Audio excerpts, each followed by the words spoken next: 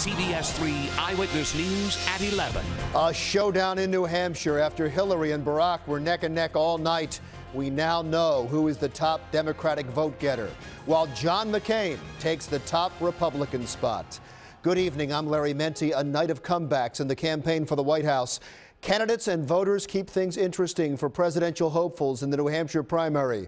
Senator Hillary Clinton comes away with the victory among Democrats. She wins an estimated 39% of the votes, battling it out all night with Senator Barack Obama. He gets an estimated 36%. Former Senator John Edwards is third with 17%. Republicans, Senator John McCain comes away with an easy victory and 37% of the vote. Mitt Romney is second with 32%. Mike Huckabee is third. CBS 3's Chris May is live in New Hampshire, where it was a fight all night for the Democratic frontrunners. So much for the polls, Chris. CBS 3 Eyewitness News at 6. Good evening, I'm Larry Mendte. For anyone heading home or out the door right now, this wintry mix of snow, sleet, and rain is making for a slick commute. The mixed bag storm is moving through our area right now. It's really coming down in Media, Delaware County. Drivers there are being cautious and taking it slow. Now a look at Center City. It's downright cold and wet for anyone out walking around. Umbrellas, hats, gloves, and boots are a must to block out Old Man Winter. We have Team 3 coverage of this wintry mix from South Jersey to the Lehigh Valley. But let's begin with meteorologist Kathy Orr live on the CBS 3 Sky Deck with the first forecast. Kath. CBS 3 Eyewitness News at 11. He didn't want to talk about it before, but now Andy Reid and his wife are breaking their silence about their troubled sons. Good evening, I'm Larry Mendte. Since his son's initial arrest back in January, Andy Reid has insisted on keeping his family's problems private. But now, he and his wife Tammy are opening up about their family's struggles in the new issue of Philadelphia Magazine. CBS 3's Chris May is live outside the magazine's Center City office now with more. Chris?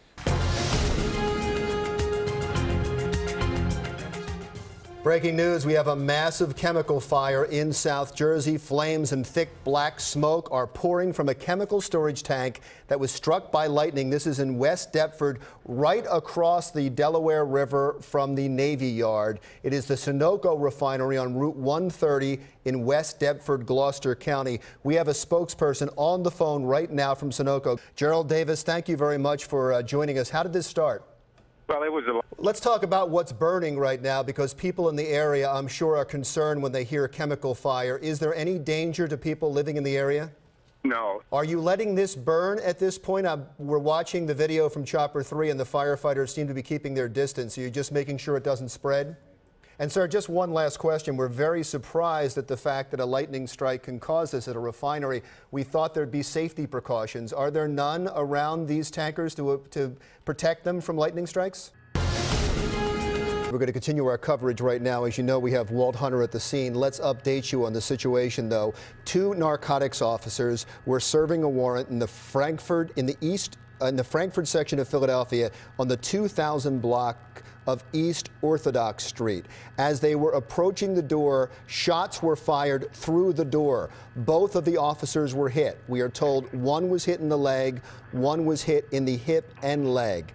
As Walt Hunter just told us a moment ago, and as you can see from this scene, there are literally dozens of police cars over a several block area. They have the area shut down in the Frankfurt section of Philadelphia. A hostage negotiating team is going to the scene right now. That, of course, does not mean there are hostages. What it does mean, Alicia, is that they believe that the suspects are still in the house, and they have no idea who may be in there with them. Is it fair to say at this point that the Philadelphia police aren't really certain what they're dealing with? I mean, aside from the fact that they know that they have 2 narcotics officers shot, they don't know if they have a barricade situation, they don't know if they have a hostage situation right now, or if they have to now go on a manhunt all throughout the city of Philadelphia like they tragically have had to do before. That could be the case right now until the hostage negotiation team gets there to start trying to make contact in the house. Is that fair to say, Walt? I led you astray. We're going to go right back to you now. I know you haven't had a chance really at the scene. You just got there, but you've worked so many scenes like this.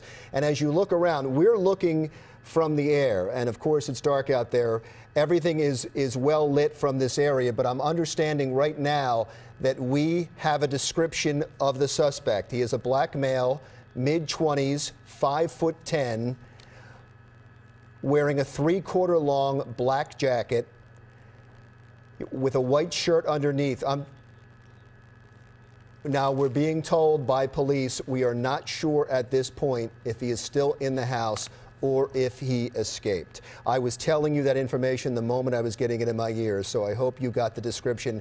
We will give it to you again in just a couple of minutes, but if you were in that area, in the Frankfurt area, and you see somebody suspicious running down a back alley that fits that description, or just anyone that fits that description, please call the Philadelphia police. They need all the eyes at this point that they can get. We are now looking at the scene. Again, this is in the Frankfurt section of Philadelphia. There was a shooting in the 2000 block of East Orthodox Street. 2 officers have been shot. We had 3 officers shot just last week. Oh, we just got some great news. One of the officers, the one taken to Frankfurt Hospital, is in stable condition. Walt Hunter has been working the scene.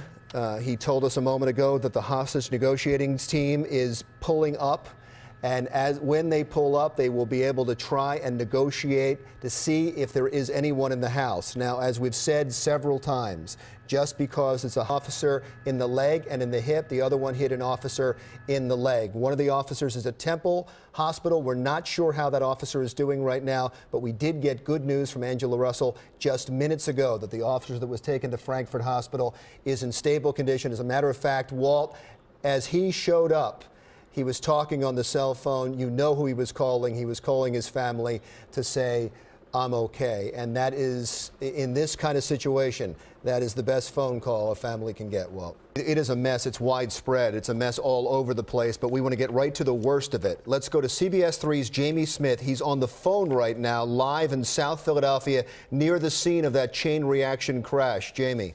It is widespread. Nick Martino from PennDOT joins us live now on the phone. Nick, you know what's coming. There was a lot of warning for this. What happened? Hey, Larry, how you doing? Good. That was Hillary Clinton earlier. She right now is coming in 3rd place. John Edwards slightly ahead of her. There is the man that won for the Democrats, making history tonight, the first African-American to ever win an Iowa caucus, the only African-American in the Senate. Here is Illinois Senator Barack Obama with his acceptance speech, the acceptance speech of delegates in Iowa after winning the Iowa caucus. Thank you. Thank you. And as I said, Hillary Clinton was expected to take the stage to give her victory speech. Here she is, live from Manchester, New Hampshire.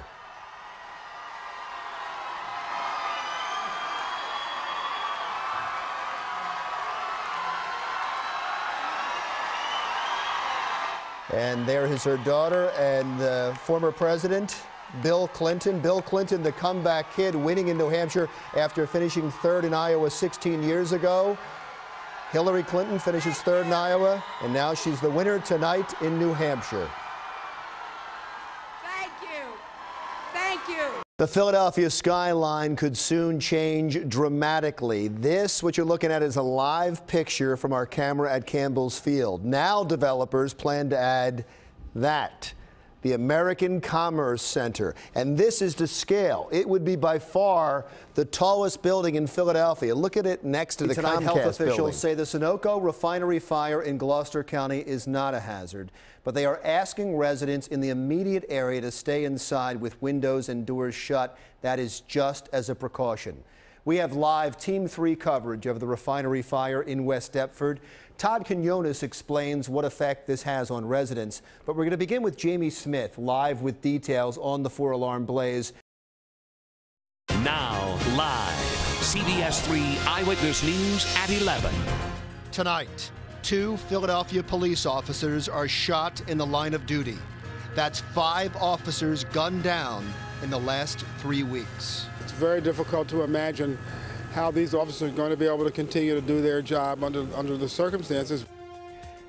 And within the last hour, police now say they have the suspect in tonight's shooting in custody. Good evening, I'm Larry Mendte. Good evening and happy New Year's Eve, everybody. I'm Larry Mendte. We're live on Penn's Landing tonight because in just under 1 hour, 3 tons of fireworks will explode over the Delaware River, and we are covering it live for you at the stroke of midnight. As the recovery operation slowly moves forward now, we're learning more about how the collapse unfolded. Take a look at this animation. The bridge, which by the way stands 64 feet high, it just fell in a matter of seconds. Here it is, 35 west between Minneapolis and St. Paul over the Mississippi. The center part just gave way. Nobody's sure exactly why that happened. Then both